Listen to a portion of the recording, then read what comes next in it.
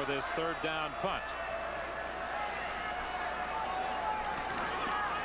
Pressure from the outside. The Roughriders pick it up. Clemens waits for it at the 27. Clemens doesn't need much room. Kyle Hall catches him from behind and makes the tackle at the 45-yard line. That's where the Argos will scrimmage, 1st and 10. A 23-yard run back. Well, the talk all week was about the suspension of Bruce Holmes. Ottawa coach Steve Goldman had been hoping to get Holmes back into the lineup for today's game. There even was an appeal of the suspension launched by the Canadian Football Players Association. But the verdict held. Bruce Holmes remains suspended for this game. And he should. Commissioner Crump made a good call. This is a tough enough game. You don't need that stuff.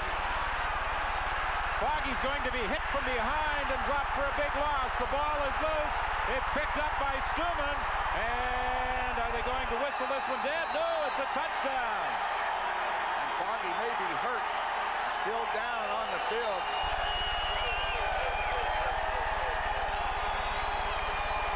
Glenn Kolka made the sack.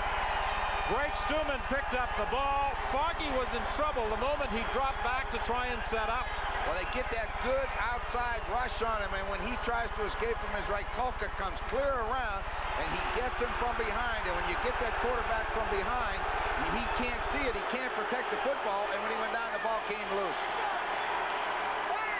So Greg Stuman scoops up that loose football to score the touchdown.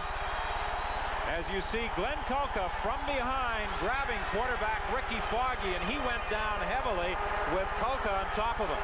Yeah, and all the booing when the ball came loose was, did the ground make him fumble? That's what the booing was. You know, they get the replays here also.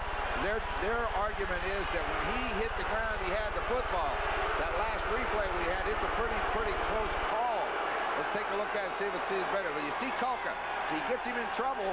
And when he hit the ground, he may have still had possession of that ball, but the referee could not see it from where he was. He can't call it. And now of even more concern for the Toronto Argonauts, not whether or not that ball popped loose, but the condition of quarterback Ricky Foggy.